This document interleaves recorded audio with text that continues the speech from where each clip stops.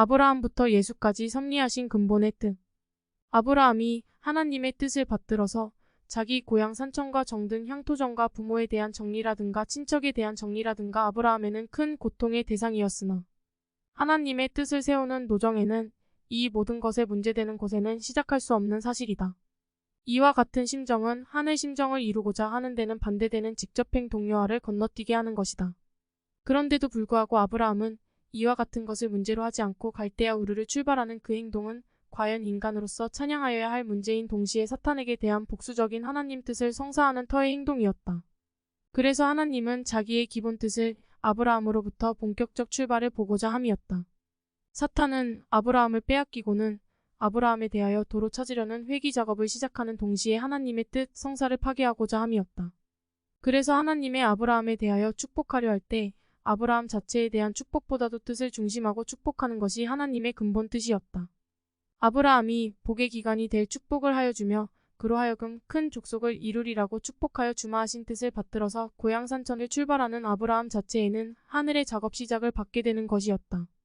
그리고 하나님 대신 뜻을 이루는 기본 행동의 시작은 완성되었다.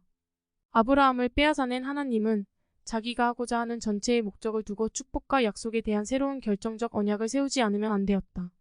즉 하나님은 아브라함에 대하여 결정적 언약을 세우게 된 것은 하나님이 미워하는 족속에게 잡혀간 롯을 다시 찾아와 승리한 후의 시작이었다.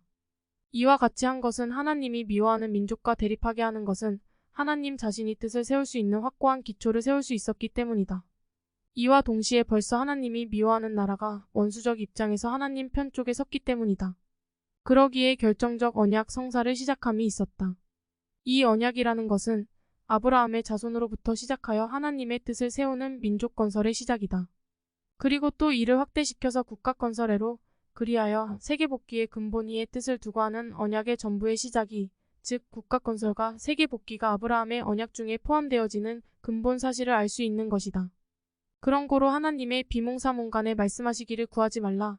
나는 너희 방패시요 큰 보상 하나님이니 아브라함이 말하기를 나는 자식이 아직 없사오니 나의 상속자가 없다 하니 아브라함에 대하여 하나님의 하시는 말씀이 너의 친자식으로 인하여 후사가 되리라 하시며 데리고 밖으로 나아가 말씀하시되 하늘을 우러러보라 하며 무뼈를 다 셀 수 없는 것과 같이 너 자손이 이와 같이 되리라 하시매 아브라함은 이를 믿으니 의로 여기시면서 하시는 말씀이 이 목적을 완성케 위하여서 갈대아 우르로 인도하였다.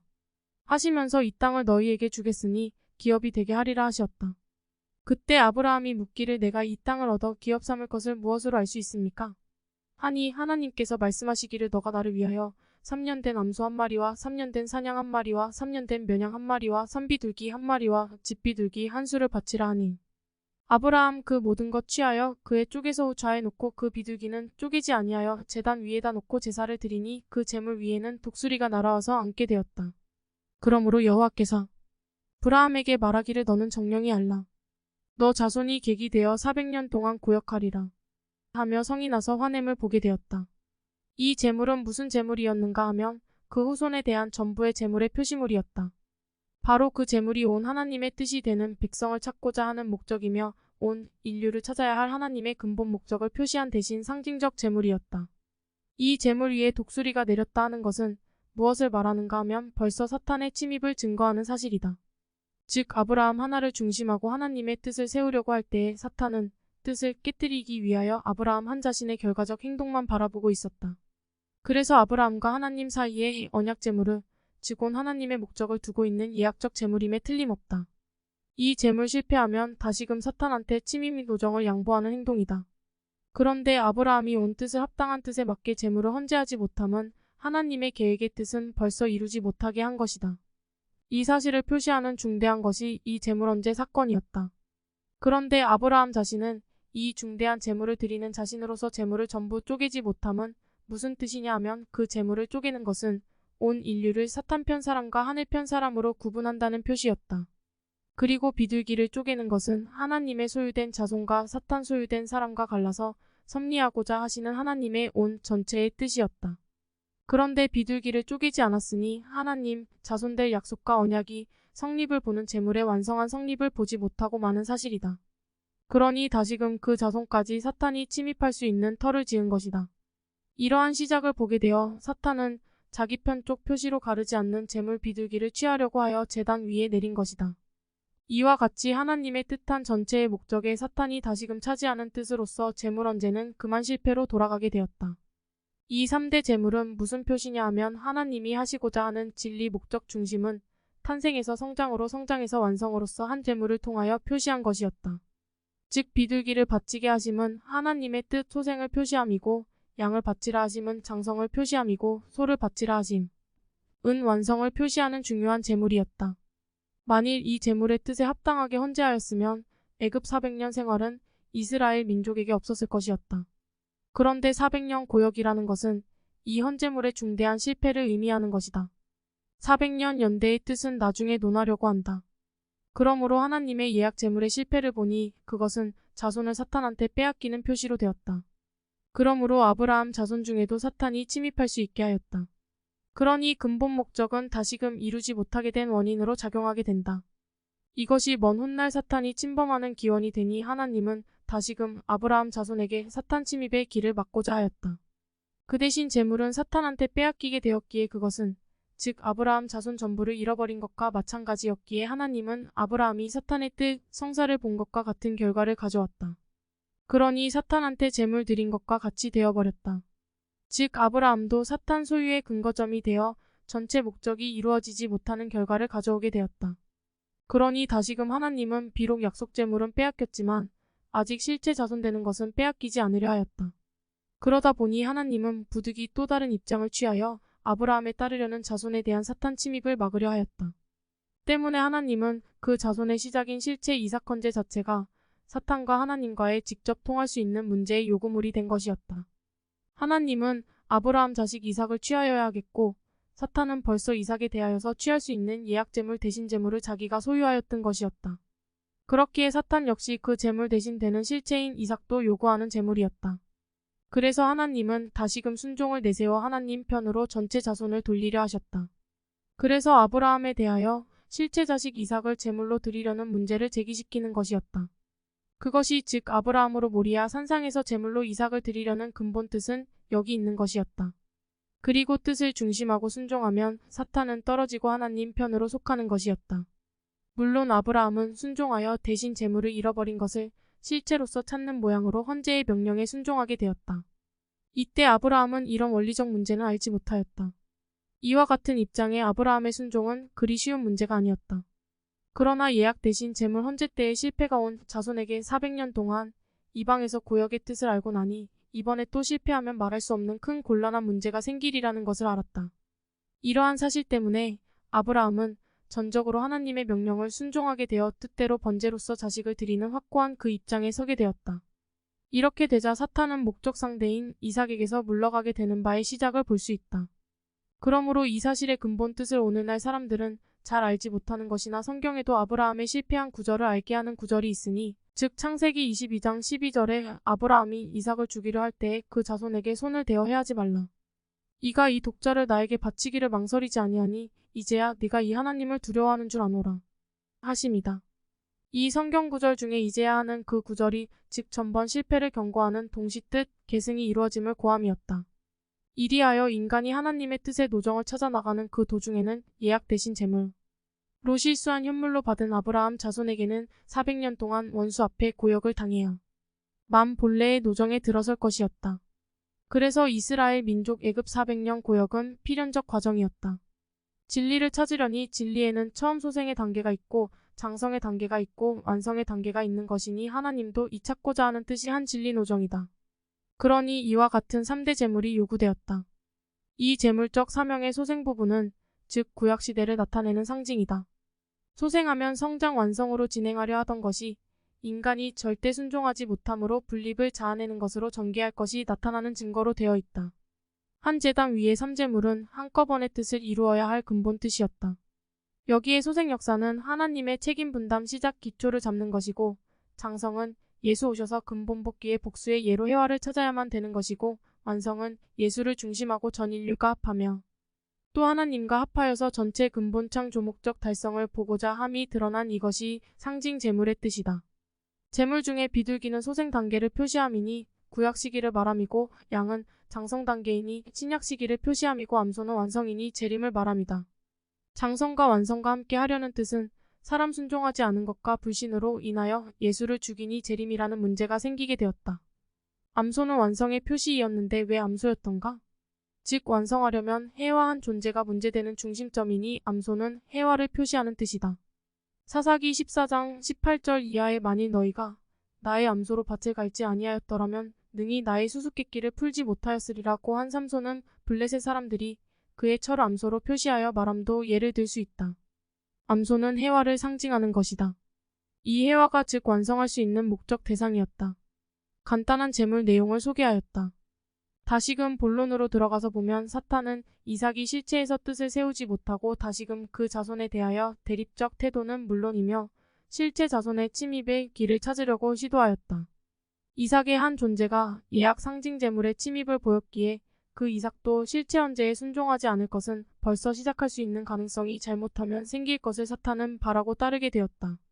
그것은 제물을 자기 것으로 하였던 사실이 있으므로 사탄은 여전하게 그 후손에게 대하여 대립성을 갖고 대하게 되었다.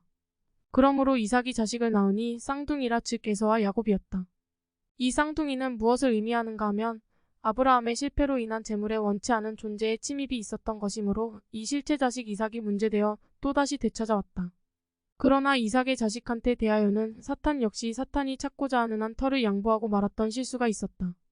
그러니 그 자식 쌍둥이는 원수적 표시의 소유자와 하나님적 표시인 소유자가 한 복중에 있음을 표시함이었다. 그래서 에서와 야곱은 뱃속에서부터 싸웠음은 이와 같은 근본적 배치의 존재니 뱃속에서부터 싸운 것이다. 자식을 낳으니 에서와 야곱이더라. 에서는 원수 사탄의 대표요 야곱은 하나님 편적 대표였다. 즉 에서는 아브라함이 지난번 재물 실패의 시요. 다음 야곱은 잃어버린 이삭을 실체로서 찾아서 재물까지 찾아 세우게 되었으니 하나님이 제2차적 존재인 야곱을 통하여서 뜻을 세우고자 함은 근본이 그와 같이 되었기에 빼앗아서 이루려고 하는 것과 같은 모양이다. 그러니 하나님은 에서의 축복을 야곱에게로 돌리는 근본적 뜻은 여기에 있습니다. 그래서 만약 재물 헌재의 실패 사건이 없었으면 이삭의 자식 중에 하나님이 미워하는 에서와 같은 존재는 없었어야 할 것이었다. 그러나 그런 존재가 생기게 된 것은 다시금 사탄을 분립하게 함으로써 하늘 편과 사탄 편을 분립하기 위한 것이다. 이것은 하나님이 사탄이 다시는 아브라함의 자손한테 미련을 남기지 않게 하기 위한 것이 목적이다. 그러므로 이와 같은 표시적 사실로서 야곱이 에서로부터 장자의 직분을 빼앗음을 알아야 한다. 이것은 다시금 예수가 와서 원수 피를 받은 온 인류를 빼앗아 넘길 것을 예고하는 사실이다. 이렇기 때문에 이 한 사실이 근본을 밝혀주는 것인 동시의 뜻을 이루는 한 표시적 상징으로 되는 바가 되어야 하는 것은 아브라함의 언약은 전체 목적의 표시인 약속이었기에 이런 의미의 한 분기 존재가 이삭이다.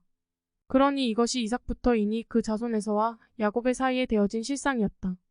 그런 결과의 영향을 받고 낳기에 맞이 자식은 하나님 앞에 사랑받지 못한 사실의 원인이다. 그러니 이것이 창세기 전면에서 보여주는 사실이다. 예를 찾으면 이삭, 야곱, 요셉, 에브라임, 아벨 등이 사실은 이와 같은 사탄 피를 받고 태어났었기 때문에 맞이 자식은 미움의 상대이었다.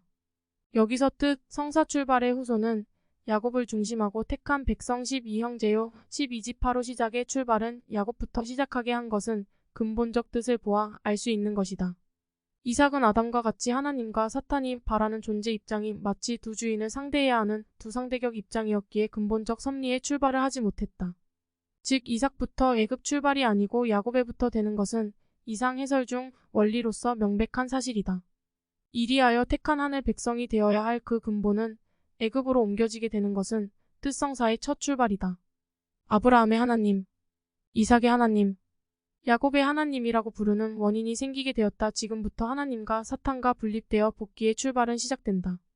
이것이 곧 하나님적 분담 책임성사 출발의 시작이라는 것을 알아야 한다. 그러므로 이것이 근본이 되어 즉 표준이 되어 장성과 완성적 사명 분담 책임자의 본이 되어야 한다.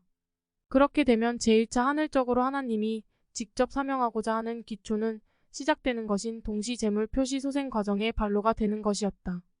그러므로 애굽서부터 가나안 복귀까지는 예수님 오셔서 할 기본을 미리 보여주는 전형 노전과 같은 모양으로 나타난 것이었다. 그렇지 않으면 한 목적을 한 완성으로 볼 수 없는 한 터의 작업이니 애굽서부터 솔로몬 왕까지는 제2차 완성하여야 할 존재가 나타나서 이루어야 할 한 예고적 표시로 되어 있다. 즉 예수님이 오셔서 애굽서부터 가나안 복지회로 가는 것처럼 우리 인간 이상적 복귀의 땅으로 찾아 들어가는 한 사명적 기초 표시로 전개시키고자 함의 뜻을 알아야 한다. 애굽서 가나안 복귀 노정은 예수의 노정을 미리 표시한 것이라는 것이 하나님의 근본 뜻이다. 그리하여 타락시킨 인간에 대하여 하나님이 자기 자신적 책임 분담에 대하여 시작하는 것이 즉 모세를 세우심이었다. 모세는 하나님을 대신하고 바로는 사탄을 대신하고 나오게 되었다. 모세가 택함을 받은 원인은 원수가 이스라엘 백성을 극도로 학대하는 동시에 강제로라도 전멸시키고자 하는 행동으로 나가게 되었기 때문이었다. 애굽 고역 중에 원수의 사람인 애굽 사람과 이스라엘 사람이 서로 싸우는 것을 보고 애굽 사람을 죽이는 모세는 본래 애굽 궁중에서 성장하였다. 그러나 애굽 사람을 원수시하는 것은 이스라엘 자손이라는 변하지 않는 지조는 과연 하나님이 택하실 만한 귀중한 행동이었다. 애굽 궁중에서 자라났으나 애굽 사람이 아니고 하늘의 백성으로 변함없는 그 자체였다. 이 자체는 애굽편 원수가 모든 죄의 미워하는 자체인 동시에 하나님의 사랑을 받고 자라난 존재였다. 이 자체가 애굽 궁중에서 나왔으니 애굽과는 다시 결탁 안 하는 존재라는 것이다. 그러므로 그 위에 애굽 사람에 대하여 증오심을 가지고 있는 확고한 존재이니 하나님 택한 데는 다 그 원인이 있는 것이다. 그리하여 하나님은 모세를 보내서 애굽 왕 바로를 항복하게 하고 승낙을 받아 내기 위한 작업을 시작하도록 명령하게 되었다. 그때 하나님의 명령을 받게 되는 모세는 자기 자신이 애굽 백성 앞에 믿게 할 수 있는 증거를 요구하니 지팡이로 뱀이 되게 하는 첫 이적을 보게 하셨다. 그리하여 조상에 나타났던 하나님을 알게 하여 뜻에 순종하여야 한다는 것을 알게 함이었다. 그 다음에는 손을 가슴에 품어보라고 하심에 손을 품에 넣으니 한 센인의 손이 된지라. 그 다음에 다시금 품에 넣었다가 다시 꺼내니 나은지라. 그 다음에도 바로가 나의 말을 듣지 않거든 강물을 가져다 부으라. 그리하면 피가 된다라고 하나님은 말씀하셨다. 그 다음에는 모세는 말 잘하기를 요구하였다. 이와 같은 사실은 하나님께서 모세를 보내려 할 때에 왜 이런 특이한 기적을 보여주었냐 하면 하나님이 장차 하시고자 하는 사실의 터가 되는 행사였기 때문이다. 그러니 그 표시되는 모든 뜻은 전부 예수 오셔서 할 목적 성사의 한 상징이라는 것을 표시하는 것이다. 그리 되어야 할 원리적 목적이 있는 것이다. 지팡이라는 것은 대신 의지자를 표시함이었다. 즉 나를 대신해서 보호할 것을 말함이고 모든 앞길을 잡아준다는 뜻이며 또 합당치 않은 것을 쳐서 뜻대로 이루게 하는 뜻이 있는 것이었다. 이것은 즉 예수가 우리의 모든 생명에 대하여 보호가 될 것을 말함이었다. 뱀을 보여주심은 뱀으로 유혹한 표시적 존재로 해와에게 역사한 것을 보여주었으니 예수님이 오셔서 뱀과 같은 역사로 사탄 수중에서 빼앗는 역사를 하여야 할 하늘 뱀적 표시를 예고하기 위하여서 착수할 것을 의미하심이었다. 사탄 네가 뱀 가지고 했으니 나도 뱀을 가지고 예수로 역사한다는 것이 근본 지팡이로 뱀이 되게 한 의미가 있는 것이다. 모세 뱀은 예수는 사탄 뱀을 잡아버려 승리할 것이라는 예고적 표시였다. 모세가 손을 가슴에 넣어서 품은 것은 첫째 번은 사탄에 유혹받아 사탄 품에 안긴 해와의 행동은 인간을 죽이는 역사였다. 그러나 다시금 손을 품에 넣으심은 예수 오셔서 해와를 품는 사실은 한센병과 같은 죽음에서 소생하여 산다는 표시로 손의 병이 나은 것을 보여주는 것이었다. 즉 제1차 품은 것은 사망이나 예수 제2차 품으심은 생명이라는 영생의 시작을 예로써 증거한다. 강물로 피가 된다는 것은 물은 세상을 표시하는 것인데 예수님이 오셔서 사망 중에 처한 존재들이 예수 오셔서 피로써 되는 생명 주입을 시작한다는 것을 표시한 것이었다. 말 잘하기 요구는 상대 목적을 이룰 수 있는 중요한 책임 중간 매개체이니 말 잘하기를 요구하는 것은 창조물 전부를 말씀으로 지은 것이 잃어버린 것을 예수님이 오셔서 말씀의 상대 이상적 실체를 다시금 성사한다는 뜻을 표시하는 것이었다. 즉 말씀은 창조 목적 만물의 실체를 말하심이다. 아담 해와를 찾는다는 것과 온 인류와 만물을 찾는다는 의미가 있는 것이다.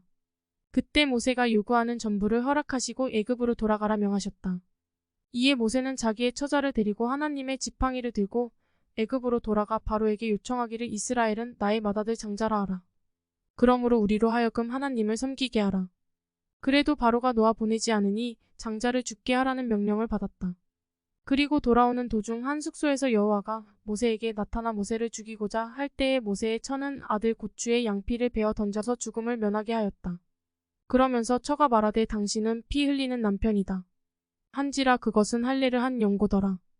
여기에 야곱의 어머니가 야곱과 합하여 모의하여서 뜻 성사한 것과 같이 모세의 처자도 마치 모자가 협조하여 모세를 살리는 행례와 같은 일을 한 것이었다. 그런데 이렇게 하는 근본 의미가 무슨 뜻인가 하면 모세는 즉 할례를 성사하지 못하면 죽는 것이고 성사하면 산다는 중요한 의미가 있는 것이다.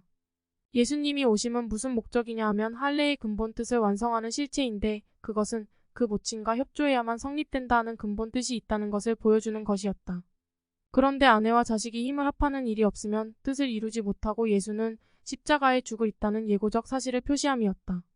그러므로 이스라엘 마디인 장자로 뜻을 이루느냐 마느냐 하는 문제가 모세가 살아야만 될 것이었다.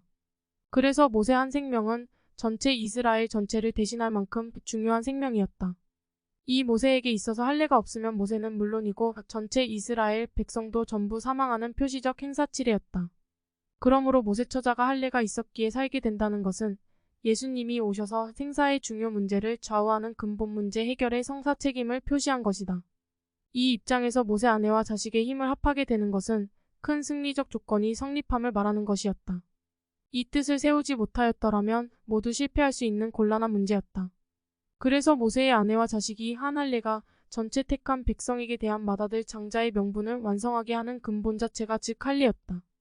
이와 같이 예수님도 오셔서 모친과 힘을 합해 협력하여 할례 성사의 뜻을 이루고 성사하여야 할 것이었으나 예수님은 이 뜻을 이루지 못하여 실패한 내용은 잘 알려진 미해결 문제이다.